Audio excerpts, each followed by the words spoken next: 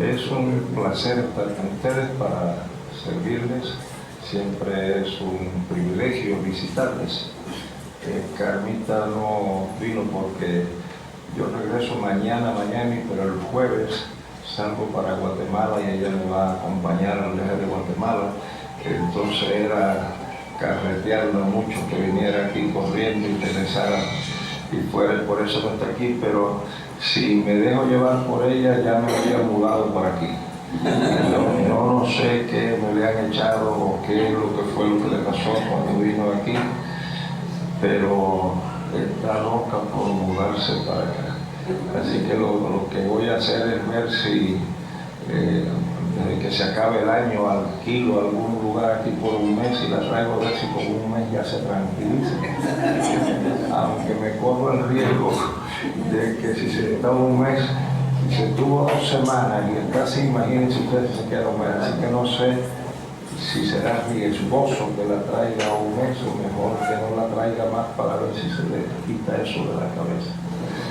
Yo pienso que la atendieron con tanto cariño y con tanto amor, que ustedes saben que es así la vida. Cuando hay cariño, cuando hay amor, cuando hay atenciones, la persona reacciona de esa manera.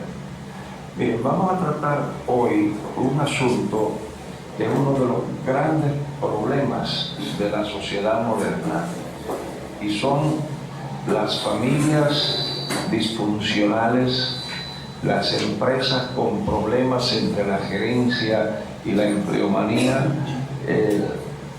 Hoy siempre han habido problemas interpersonales, pero hoy parece que la cosa se ha agravado y existe mucha tensión.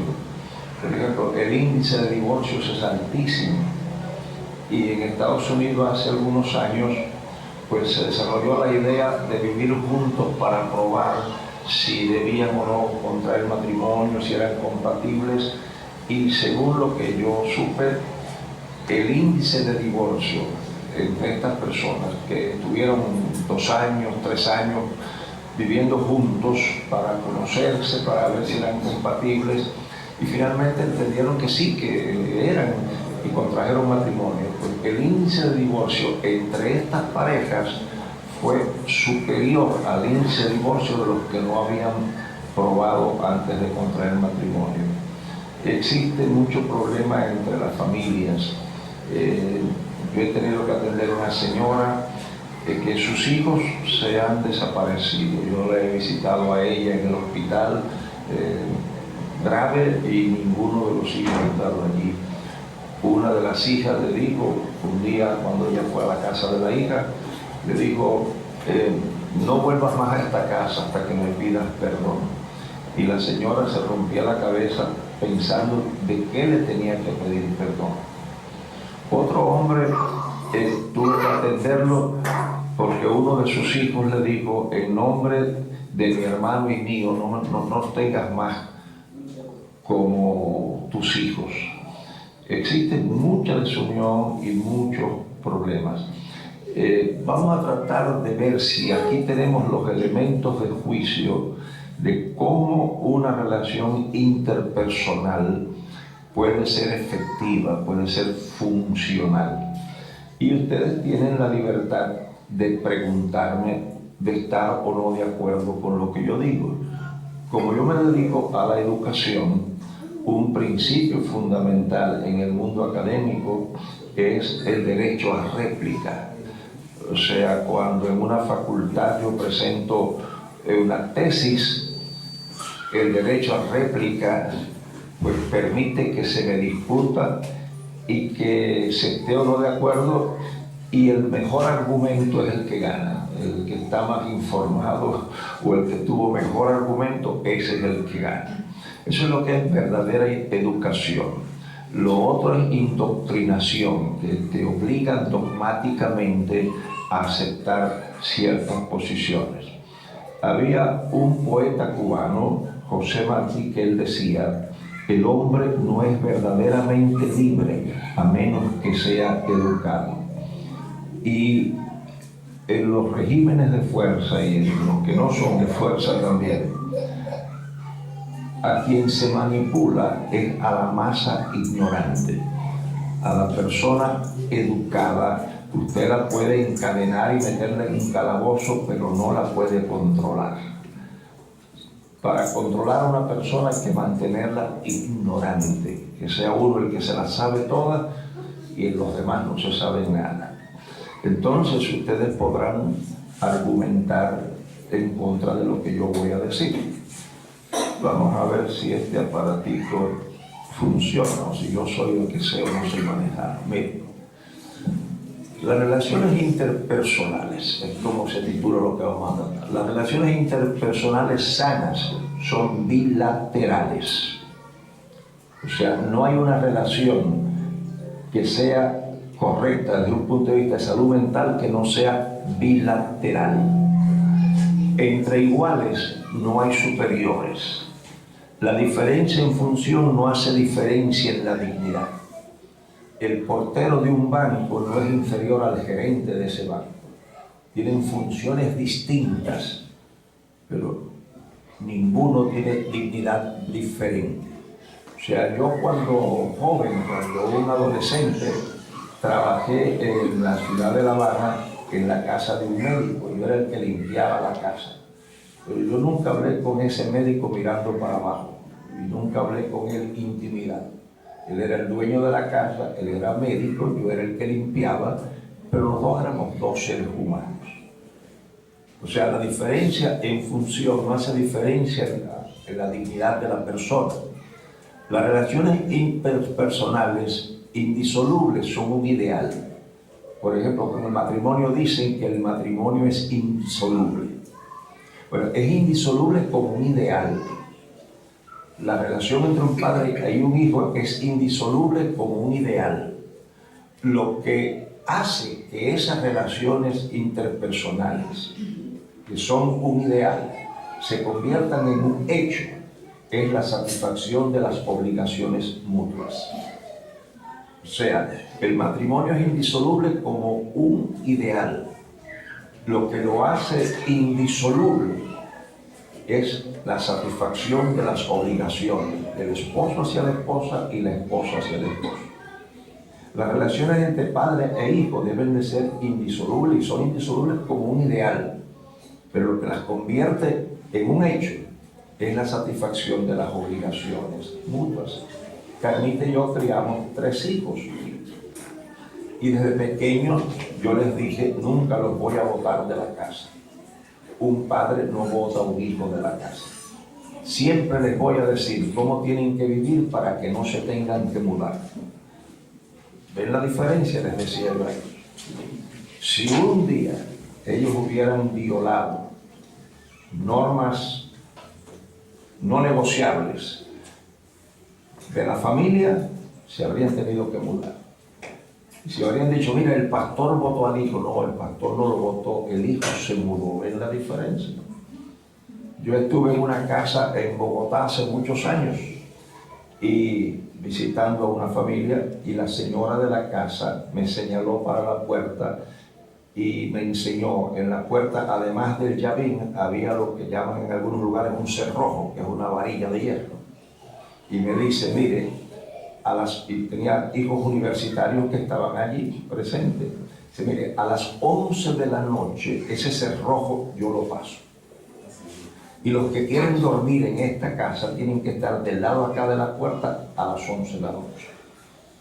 Y entonces, como tenía un cerrojo, aunque los hijos tuvieran la llave, a las 11 no podían abrir la puerta. ¿Y dónde ustedes creen que dormían los hijos?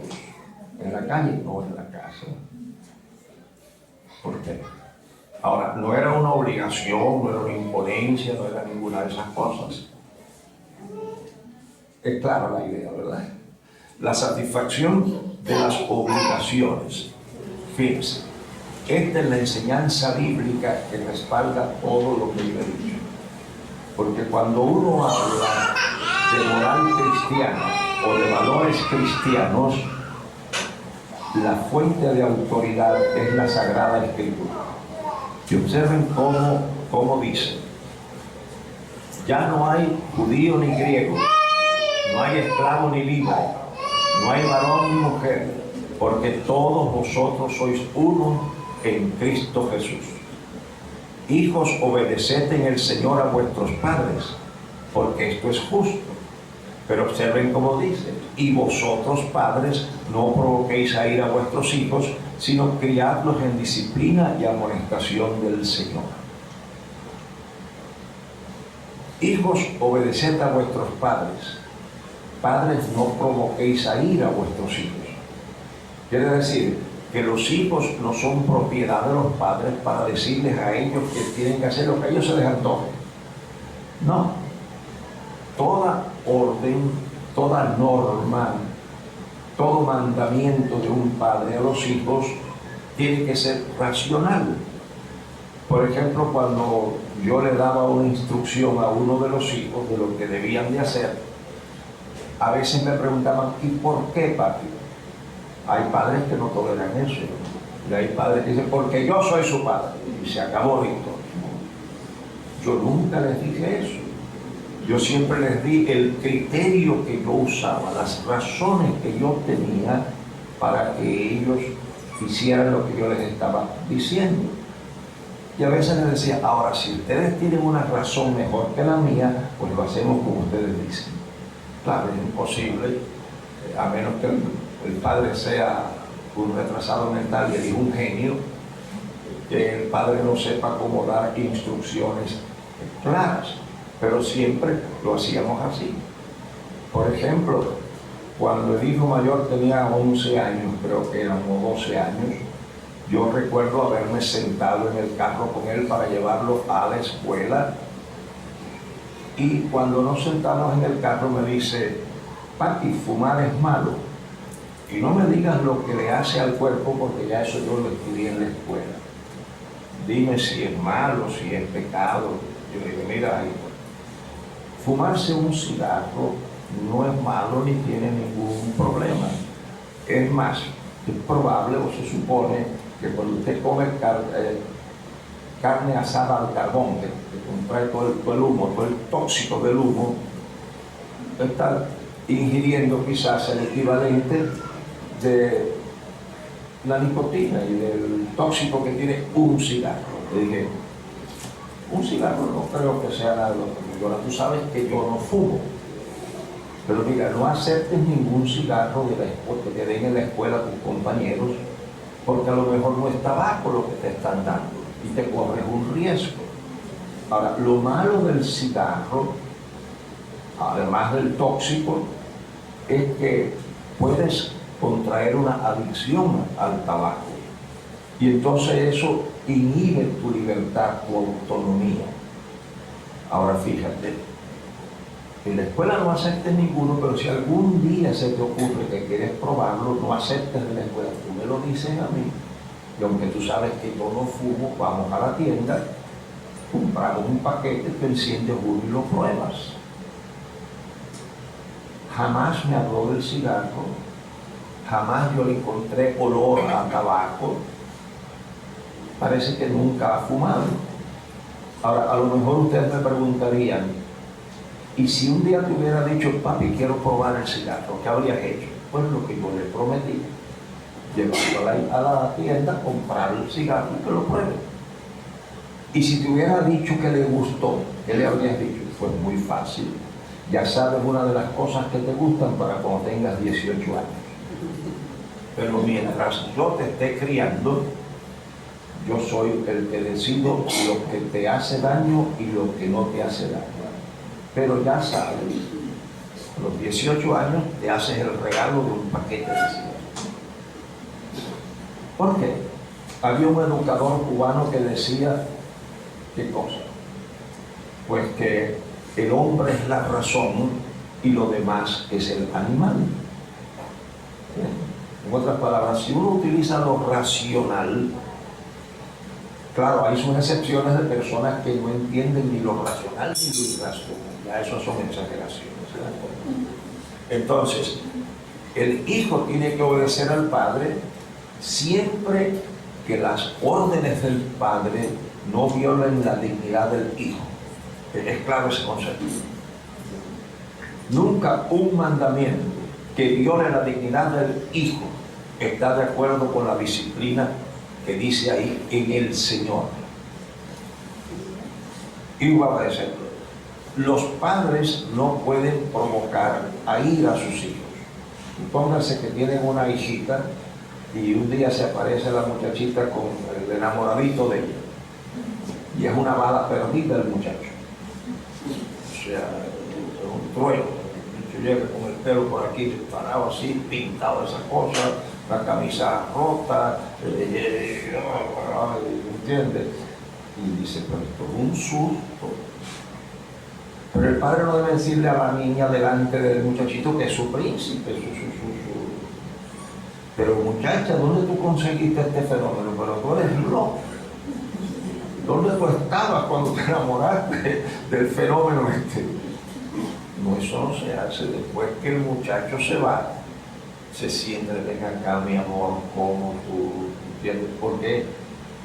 Porque estás hablando de su príncipe. Por ejemplo, yo tuve uno de mis hijos que ese se enamoró, pero yo no sé, tendría, no sé si eran 14 años, pero uno de sus amores de novela. Y yo me senté con él en el comedor un día para hablar con él. Mira, mi hijo, tienes que ir tranquilo, despacio. Y mientras le estoy hablando, el muchacho se ha puesto de pie, pero bravo. Empujado, estábamos en el comedor, empujado la silla y se ha ido corriendo para su cuarto. Y creo que hasta me habló mal. Bueno, yo me quedé sentado. Yo sé que a lo mejor tu padre se levanta y le da una bofetada. Pero yo no. ¿Por qué? Porque si yo no soy padre, para poder comprender que le estoy hablando de su princesa, ¿entiendes?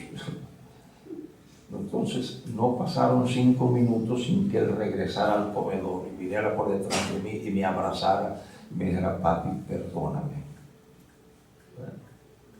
En otras palabras, si él hubiera tenido la costumbre, la norma de por cada cosa hacerme eso, es diferente a que me lo haga en un momento en que le he tocado un lugar sumamente sensible. Entonces, el hijo tiene que obedecer las órdenes que están dentro de la moral y de los valores de la fe cristiana en el Señor. Y el padre no puede provocar, su hijo no lo puede provocar a ira, no lo puede provocar a disgusto. Fíjense ustedes, las casadas estén sujetas a sus propios maridos como al Señor.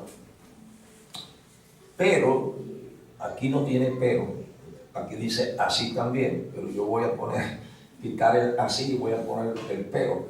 Pero también los maridos deben amar a sus mujeres como a sus mismos cuerpos. El que ama a su mujer, a sí mismo se ama. ¿Se dan cuenta ustedes el balance? Las casadas estén sujetas a sus propios maridos, los maridos deben de amar a sus esposas como a sí mismos. Y déjenme agregarles un pasaje que yo no sé si ustedes lo han escuchado, o deben haberlo escuchado, pero si alguna vez han encontrado las luchas que hay en eso. Fíjense lo que dice. Sed imitadores, esto está en 1 Corintios, sed imitadores de mí, así como yo soy de Cristo. Os alabo, hermanos, porque en todos acordáis de mí y retenéis las instrucciones tal como os las entregué. Pero quiero que sepáis, y observen lo que él quiere que sepan, pero quiero que sepáis que Cristo es la cabeza de todo varón, y el varón es la cabeza de la mujer, y Dios la cabeza de Cristo. De aquí algunos derivan una especie de machismo, el hombre es la cabeza de la mujer. Y algunos hombres parece que le dicen a la esposa, usted se limita a respirar. Porque yo llevo muchos años en consejería de familia. O sea, yo llevo 63 años haciendo el trabajo. Por bruto que sea, debo haber aprendido algo. Y debo de tener anécdotas para escribir un libro. Cabeza, la cabeza aquí, soy la. Y algunos hombres dicen, aquí el marido soy yo, porque yo soy el marido. Cada vez, desde un punto de vista psicológico, cuando un hombre dice, porque yo soy el hombre de esta casa, está pidiendo aguas por señas. Está diciendo, ayúdenme a convencerme que yo soy el machito aquí en la casa. Porque si él sabe que es el hombre, ¿por qué tiene que decir que él es el hombre? Pues ya sabemos que él es el hombre. Yo nunca pensé que tú eras una mujer. ¿Se dan cuenta de lo absurdo que es decir, porque yo soy el hombre en esta casa? La mujer debe decir, ay mi amor, perdona, pero es que yo no me había dado cuenta. Eso es lo que la gente no se da. Yo por eso les digo que deben de tomar un curso de lógica, aunque sea introductorio, para evitar cosas. Cuando el hombre le dice, porque yo soy el hombre de esta casa, lógicamente, que es la respuesta que debe tener la mujer. Perdóname, yo no me había dado cuenta, te alegro que me lo digas. Como la mujer que le da la lista para ir al supermercado al marido y se le olvidó poner en la lista cebolla. Y cuando ya el hombre está saliendo de la casa, mi amor, tráeme cebolla. Sí, cariño. Entonces ya el hombre se monta en la casa y dice, que no se te olvida la cebolla. No, mejor. Y cuando llega a la casa, se entretuvo nada más leyendo la lista y viene sin las cebollas. Y las cebollas, me dijo, ay cariño, se me olvidaron. Pero ¿cómo se te van a olvidar si te lo dije saliendo de la casa? Mi amor, se me olvidaron. Pero si no me explico cómo se te pueden haber olvidado si ya estabas en el carro y fue lo último que te dije. ¿Cuál es la única respuesta a la que le deja ese hombre a esa mujer? Mira, mi amor, la verdad fue que no me dio la gana de traerte la cebolla. No de esa manera. Te he dicho 3 veces que se me olvidó y tú dices que no se me puede olvidar. Pues lógicamente, si no se me puede olvidar es que no me dio la gana de traerte. Y muchos de los conflictos interpersonales son la irracionalidad, lo ilógico de la conversación. ¿Se dan cuenta? O sea, no es que el diablo se mete, porque la gente mete al diablo en todas las cosas. Mete a Satanás, que a los demonios, a la malicia, que eso falta.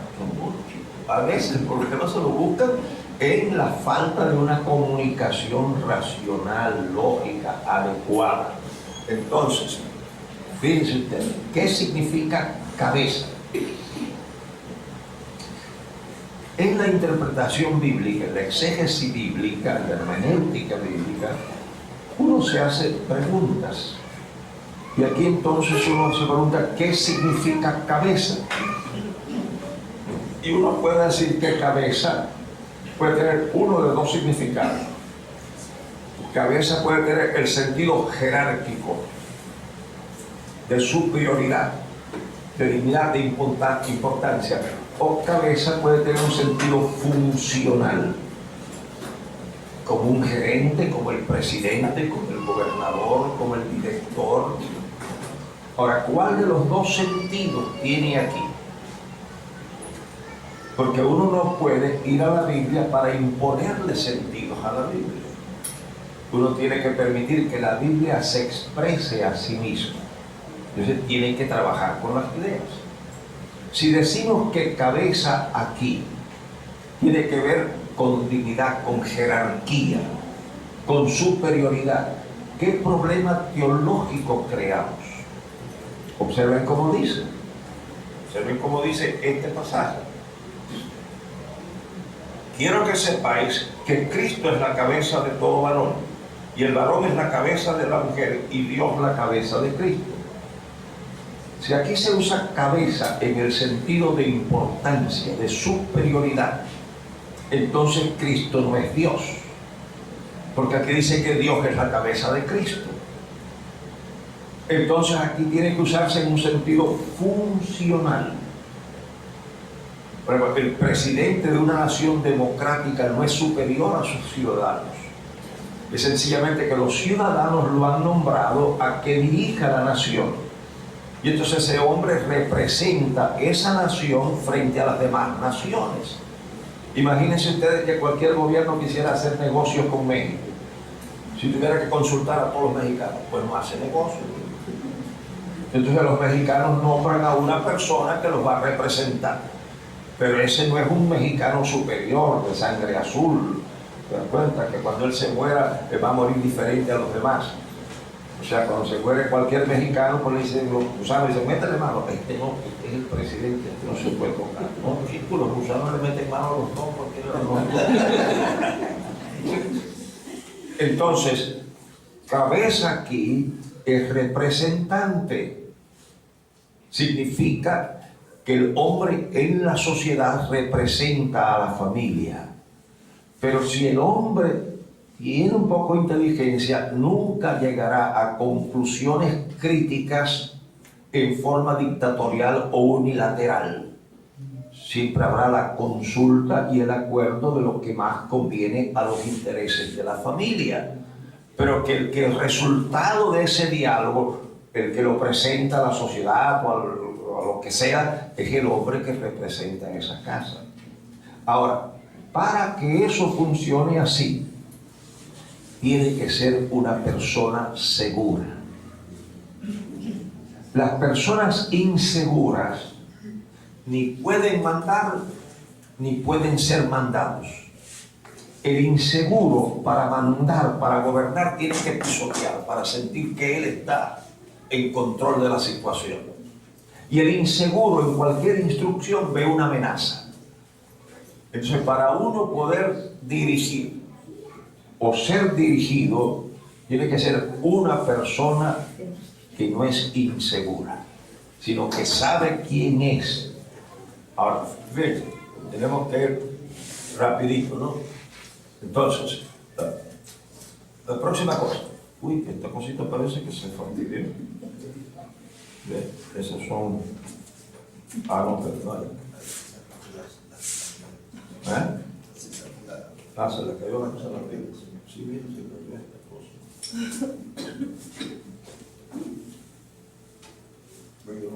Yo no digo que yo la perdí, yo digo que se cayó. Vamos a ver si es verdad eso.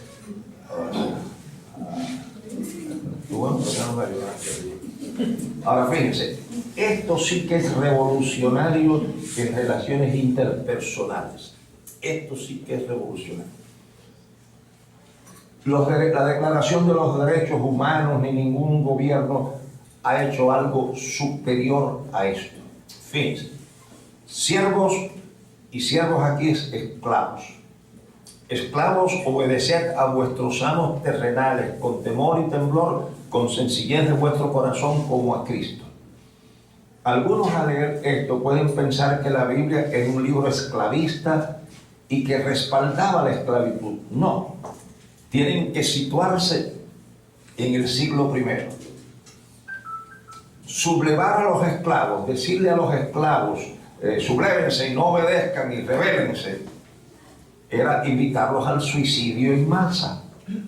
Ustedes leen otros pasajes de la Biblia y se van a dar cuenta que cuando ya el Evangelio estableció bastantes raíces, las cosas se fueron alterando, como es el caso de la epístola a Filemón. Porque uno tiene que saber cómo hace. Yo estuve una vez, estoy saliendo en Nueva York, yo era pastor en la ciudad de Nueva York, en el Bronx, un área peligrosa, y estoy saliendo ya oscureciendo de una casa. Cuando me monto en el carro, era la calle de una sola vía, y veo que viene un carro de la policía a alta velocidad, pero en contra del tráfico. Y yo me subí, me metí en el medio de la calle para que el carro de él no pudiera pasar cuando viniera. Y el policía se subió el carro a la acera y lo frenó, y vino a donde yo estaba, pero alterado, y a gritarme. Yo bajé un poquito la mano del cristal y le dije, pero ¿qué le ocurre? Que este es un carro de emergencia, que venimos en persecución. Digo, no, ese no es un carro de emergencia, es un carro común que viene ya oscuro en contra del tráfico, porque usted no trae ni la sirena ni la luz intermitente. Pero venimos en persecución, y me volvió a gritar, y no me grite, que yo no le grito. Y entonces volvió otra vez a alterarse. Le dije, mire, vamos a hacer una cosa, deme la citación y yo voy a la corte y le explico al juez lo que pasó. Y entonces me maldijo y se fue enseguida. Porque él sabía que si venía ya oscureciendo en contra del tráfico, podía haber chocado. Ahora, si él hubiera traído la luz intermitente o la sirena, yo soy el que me subo a la acera. Ahora, eso lo hice en Nueva York, pero yo estaba en un país de Sudamérica donde había guerrillas de esas urbanas. Y entonces cuando estoy saliendo con un pastor de la iglesia presbiteriana allí en Caracas, estoy saliendo de la casa de unos miembros que él visitó, y cuando salgo habían soldados, guardias, con peladora, no sé con qué rifle grande de eso así. Y yo estaba viviendo en Puerto Rico, donde los guardias pues se tratan con mucha así casualidad, ¿no? Muy casual. Y cuando viene el guardia para arriba con la escopeta, yo le dije, ¿qué es lo que tú quieres? Que levante las manos. Y el tipo me puso el cañón del arma aquella en el estómago. Y yo digo, no, las dos al mismo tiempo. ¿Por qué no discutí? Porque yo sabía que en Caracas a veces le dieron alto a uno que iba en motocicleta, le dieron alto y no paró y le dispararon por la espalda. Entonces, en aquel tiempo, uno tiene que saber dónde uno protege y dónde uno no protege. Entonces, ese mandamiento tiene que ver con la situación. Ahora, observen ustedes cómo al ir ya habiendo, miren cómo dice, y vosotros, amos, haced con ellos lo mismo, dejando las amenazas, sabiendo que el Señor de ellos y vuestro está en los cielos y que para Él no hay acepción de personas. Esto en el siglo I es revolucionario. ¿Por qué? Porque en el derecho romano, ¿cómo se definía al esclavo? Parece ser que a los romanos se le encendió el bombillito y como ellos se consideraban la civilización del mundo, parece que pensaron que civilización y esclavitud no son compatibles. Porque usted puede hablar de hombre enfermo, hombre pobre, hombre ignorante, pero no de hombre esclavo. Porque el esclavo deshumaniza. Entonces, fíjense, ¿cómo resolvieron los romanos ese problema? Pues con un golpe jurídico, como a veces se resuelven algunas cosas. Y en el derecho romano, esclavo se define como un instrumentum vocale, una máquina que puede hablar. Y ya al convertir al esclavo en una máquina, lo podían esclavizar. Ahora, fíjense si para Dios es importante la bilateralidad de la relación interpersonal. Aquí, esclavo y siervo tienen el mismo valor ante Dios. Y en la epístola a Filemón dice Pablo a Filemón, al devolverle a un esclavo que se llamaba Onésimo, le dice, y ahora lo vas a recibir ya no como tu esclavo, sino como tu hermano. ¿Se dan cuenta? Eso en el siglo I fue revolucionario, porque para Dios no hay acepción de personas. Ahora fíjense, la relación interpersonal más íntima es la del matrimonio. Más íntima. Y yo digo que cualquiera que repudiare a su mujer, si no fuere por causa de fornicación y se casare con otra, adultera. Me parece que una vez hablamos un poquito de esto.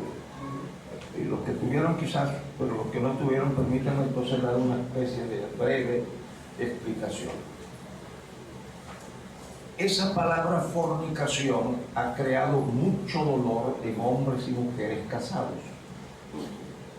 por situaciones tóxicas. Hay mujeres que han sido maltratadas físicamente por su esposo. Si la señora llega donde está el pastor y tiene aquí un golpe en el ojo, ¿y qué le pasó a María? Ay, que mi esposo cuando se disgusta me pega.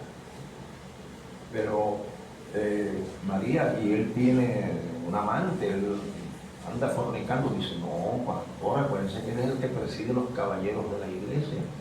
Y cuando él habla de la fornicación, reprende al diablo y amarra a los demonios. Dice, bueno, hermana, la palabra dice fornicación y como él no está fornicando, pues tendrá que seguir aguantando. Pero no se preocupe que algún día en una de esas golpizas la mata y ya usted descansa, pero hay que seguir aguantando. O el hombre que viene y dice, pastor, mi esposa no me respeta, me quita la autoridad, llegan los niños de la escuela. Y yo les digo, cuando los veo que cogen la pelota y el guante y van a jugar, pero no, ahora no van a jugar, van a hacer las tareas y después que hagan las tareas se van a jugar. Y mi esposa sale del cuarto, de la cocina, y dice, no, que se vayan a jugar, que han estado todo el día en la escuela, pobrecitos, váyanse a jugar, váyanse a jugar. Y los mando, me quita la autoridad, ¿qué hacemos? ¿Qué hago? Dice, pero ella tiene un amante, fornica. Si ni conmigo a veces quiere intimidando, creo que está enferma o algo, por ese lado no vamos a poder resolver. Hermano, pues recuerde que la palabra dice fornicación. Pero mire, ore. Y además de orar, ayune, porque yo tengo testimonios de hombres en su condición que han ayunado y la mujer ha muerto misteriosamente. Así que ayune y a lo mejor. Eso es falta de conocimiento bíblico, falta de hermenéutica. Miren, cuando en la Biblia ocurre un diálogo, como en este caso, uno tiene que preguntarse cuál es la cosmovisión de esas personas. Ustedes, por ejemplo, cuando leen que Pablo dice a los corintios que es deshonroso que el hombre se deje crecer el cabello, en la boca de un judío eso es un disparate. Porque para el mundo judío al que pertenecía Pablo, que el hombre se dejara crecer el cabello, lejos de ser deshonroso, era un símbolo de piedad. A eso le llamaban nazareo, el hombre que hacía un voto especial a Dios. ¿Por qué Pablo dice entonces que es deshonroso? Pues porque le escribe a los griegos, y en el mundo griego sí era deshonroso que un hombre se dejara crecer el cabello. Entonces uno tiene que en la Biblia averiguar qué cultura es la que está hablando.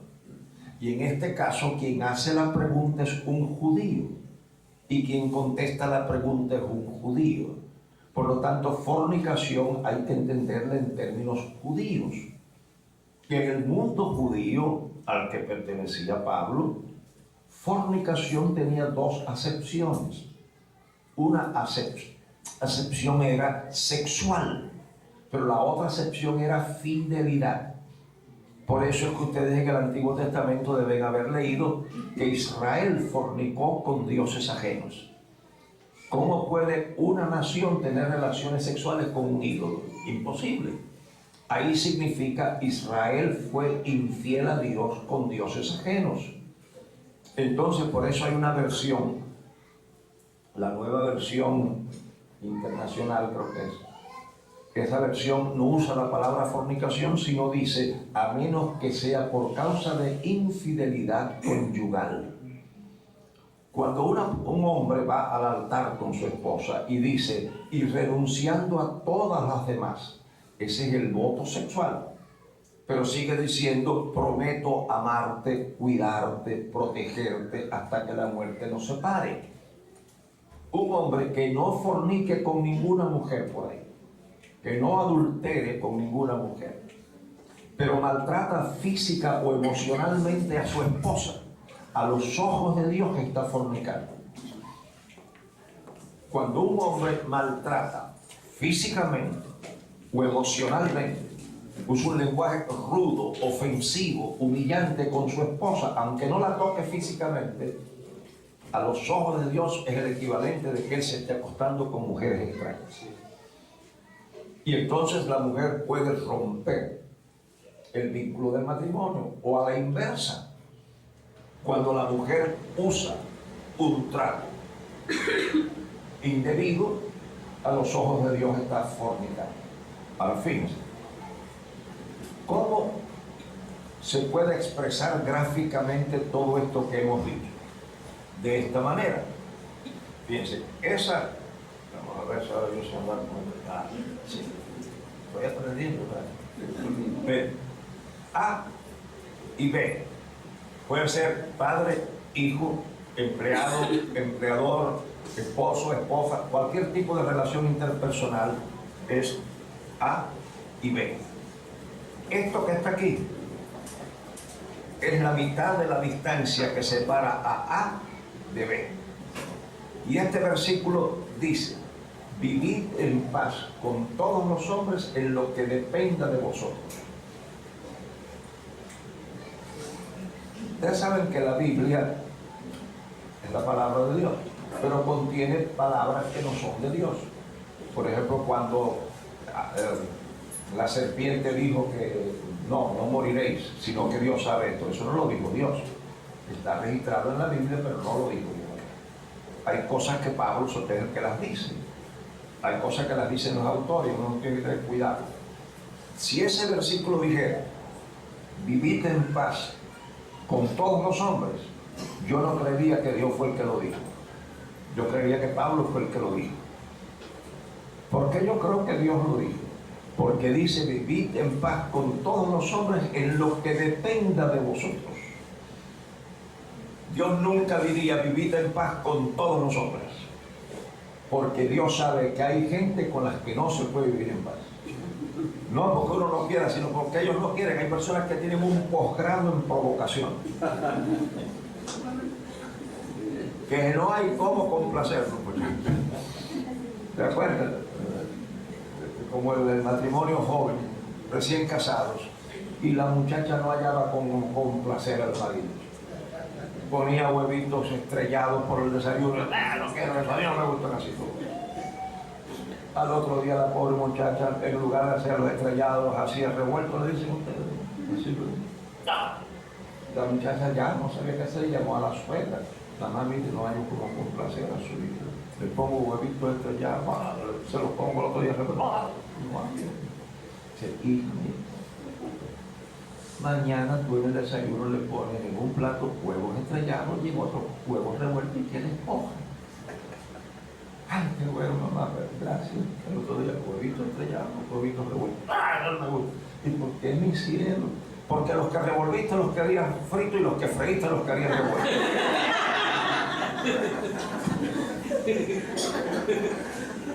Hay gente con la que usted no puede vivir en paz.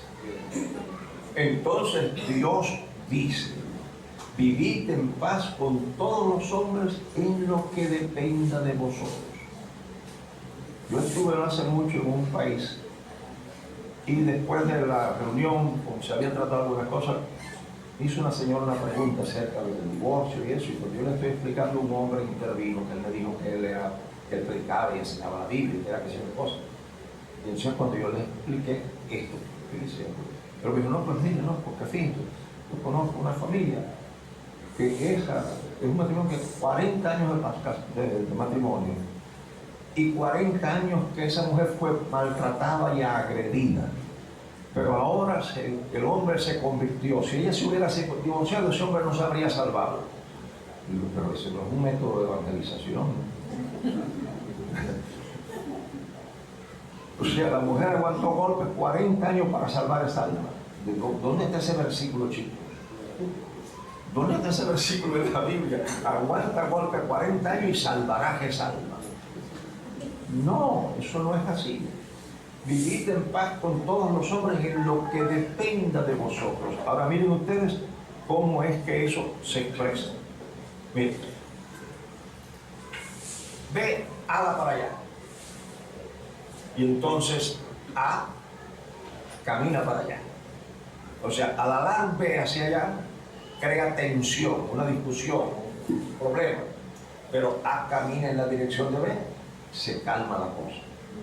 Pero B vuelve a caminar y vuelve a haber tensión, vuelve a haber problemas, y A vuelve a caminar. La paz otra vez.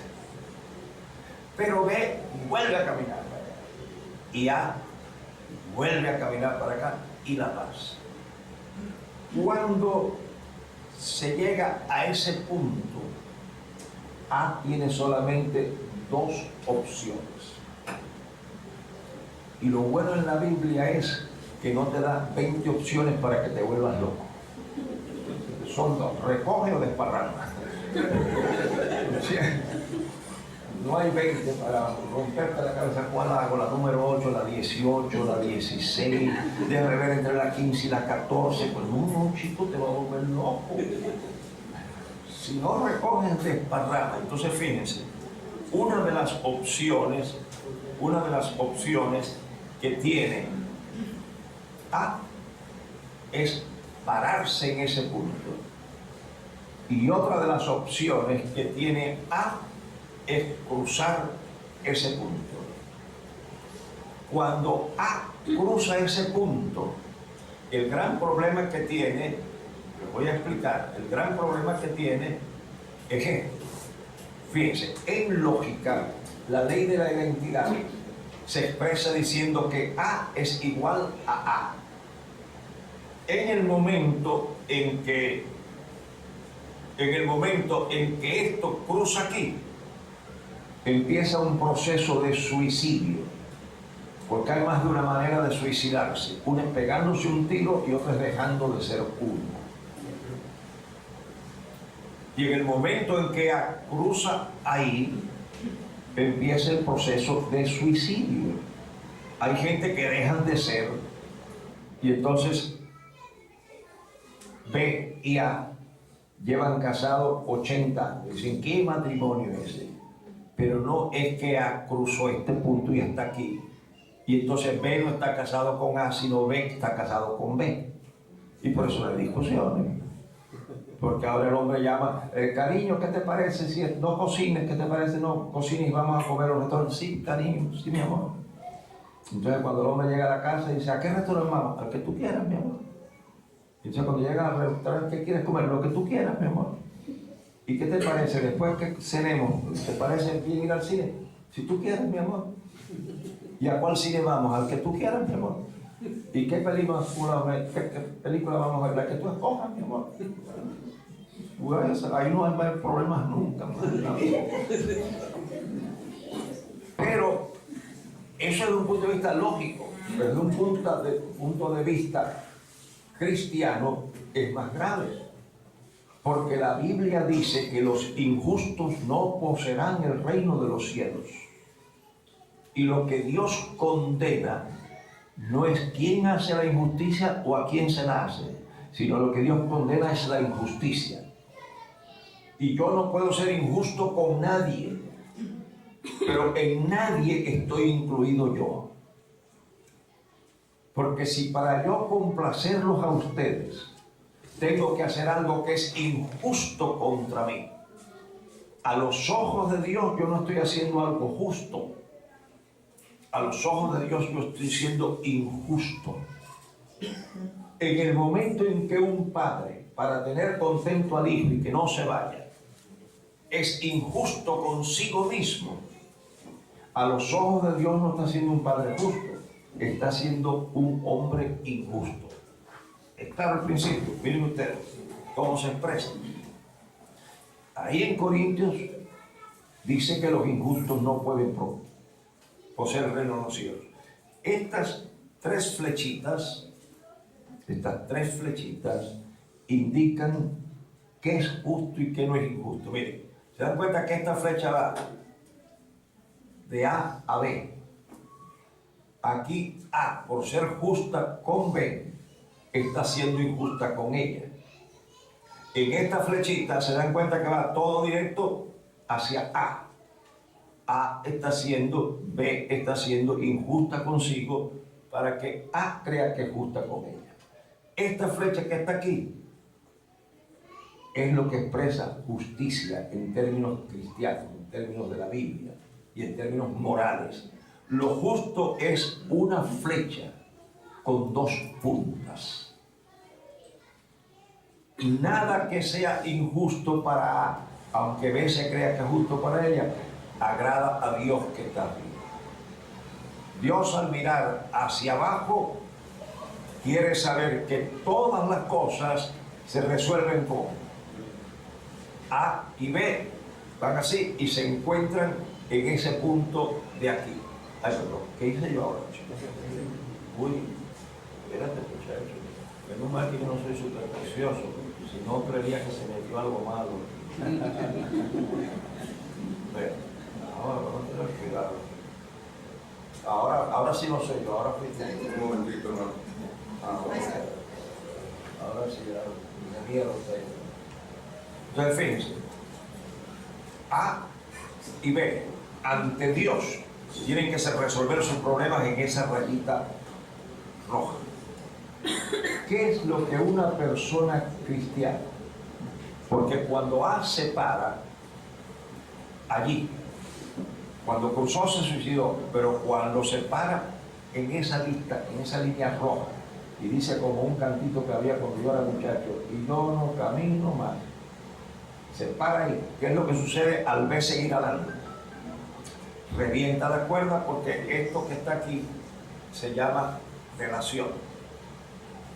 Y cuando A llega a este punto, tiene la opción de cruzar o la opción de parar aquí. Y al parar aquí y B seguir andando, la cuerda va a reventar, a romper. En ética cristiana, lo que A tiene que saber es que este tramo de la cuerda no rompió dentro de estos parámetros, que rompió porque al pararse aquí, B siguió andando.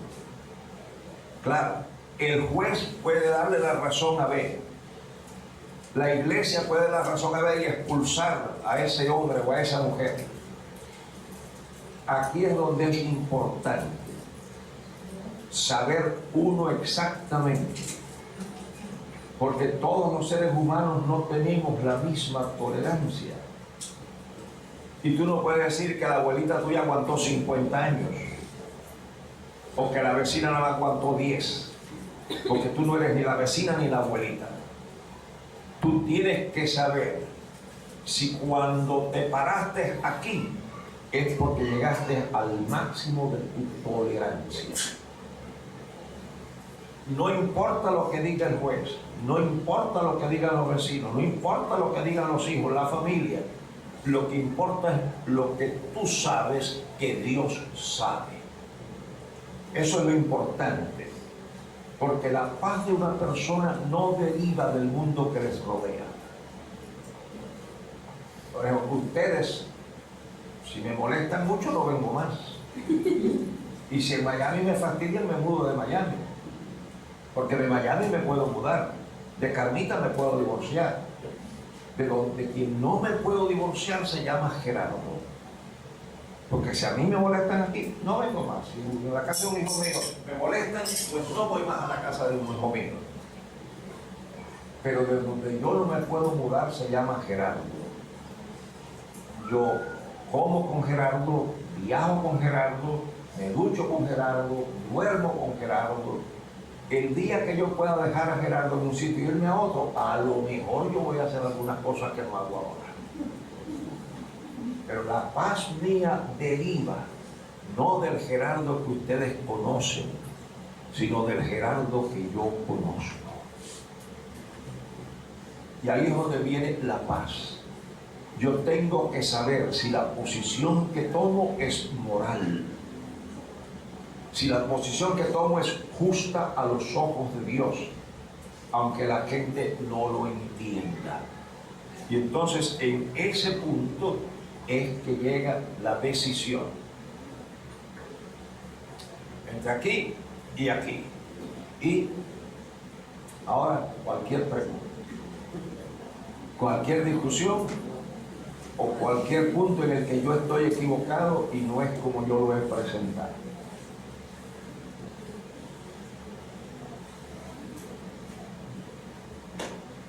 ¿Hay discusión? ¿No hay discusión? Están pensando por dentro que este no sabe lo que está diciendo. Si él supiera la situación mía, no diría eso. Bien, díganme. Entonces, en alguna ocasión habíamos tratado el tema de que cuando uno cruza la línea roja, dejamos de amarnos a nosotros mismos. ¿Cómo? Que al cruzar la línea roja, por hacer a la otra persona, dejamos de amarnos a nosotros mismos y estamos rompiendo un mandamiento de Dios, ¿no? Que claro. Amate a ti mismo. Amarás a tu prójimo como a ti mismo. Esa es la otra gravedad que tiene. Lo iba a mencionar, olvidé eso. Pero esa es la otra gravedad que tiene. Porque dice, amarás a tu prójimo como a ti mismo, no más que a ti mismo. Cuando un hijo quiere que tú lo ames a él más que a ti, no. Tú lo que no lo puedes amar menos que a ti. No. Por ejemplo, si tú compras aceite extra virgen, cuando vas a regalar, no sé si le han mandado aquí o libre, despensa, cuando tú vas a regalar, no regalas el aceite ese, el peor que hay y que lo han puesto en especial. No, tú regalas extra virgen. Cuando tú vas a regalar el pan, si tú comes pan integral, no le pones pan viejo que es del otro día que vende más barato. Ahora, si él dice, no, pero espérate, a mí no me gusta extra virgen, a mí me gusta extra virgen. No, chicos, si yo nada más compro el extra, un solo extra, yo no lo compro por 3 extras. Es mi punto. O sea, no puedes amarlo menos que a ti, pero no más que a ti. En salud mental eso es así. Y hay gente que sufre innecesariamente. Y es una frase muy común, lo amo más que a mi vida. Sí, eso no es así. Eso es inmoral y es antibíblico. ¿Alguna otra cosa que yo no dije clara? ¿O que quieren agregarle algo, quieren modificarlo? O si no, pues ya yo termino, si no hay ninguna otra cosa. Y entonces pueden pasar, creo que les van a dar café, no sé qué cosa. Pero finalmente no hay nada que quieren que comente, que quieren que amplíe, que quieren que explique mejor. Hay gente que no les gusta preguntar porque piensan, ay, si pregunto a una creencia no entiendo, que soy bruto. Pero yo les voy a resolver eso. Ustedes díganlo de esta manera. Gerardo podría explicar mejor. No explicó bien esto. O sea, no es que usted no lo entiende, sino que yo no lo expliqué bien. Y como a mí no me va a lastimar que yo lo explique bien, porque quién soy yo para no equivocarme, pues yo se lo vuelvo a explicar lo mejor que puedo. No hay ninguna otra cosa. Muy bien, pues ha sido un placer hablarles. Espero que esto pueda ser de utilidad en su trato con las demás personas y en saber poner parámetros de salud mental para que nadie abuse de ustedes, ni les haga complejos de culpa cuando ustedes, que ese es el gran problema. Porque abunda mucho y a lo mejor un día, yo les dije la otra vez, debiéramos de tener un seminario que ese sí toma varias horas sobre la culpa, porque en ninguna conducta la culpa está intrínsecamente presente. La culpa la produce la violación de valores que han sido definidos. Entonces nada más les digo a grandes rasgos, y a lo mejor algún día yo puedo volver. Existe culpa real, que es la culpa de la violación de un valor real. Pero existe, y es la culpa más común y que más abunda, lo que se llama en psiquiatría, en psicología, se llama culpa falsa o culpa neurótica. Y es la culpa que deriva de una definición equivocada o falsa. Cuando los padres dicen que ellos tienen que ir hasta lo último con sus hijos, si no lo hacen, desarrollan culpa, y esa culpa va al psiquiatra y él la va a definir como falsa, porque usted ha exagerado la relación con su hijo o con cualquier otro familiar. Entonces, hay que tener mucho cuidado porque las personas a veces no se atreven a pararse en ese punto porque si lo hacen, experimentan culpa. Y esa culpa es una culpa falsa, porque lo que Dios dice, vivid en paz con todos los hombres hasta que.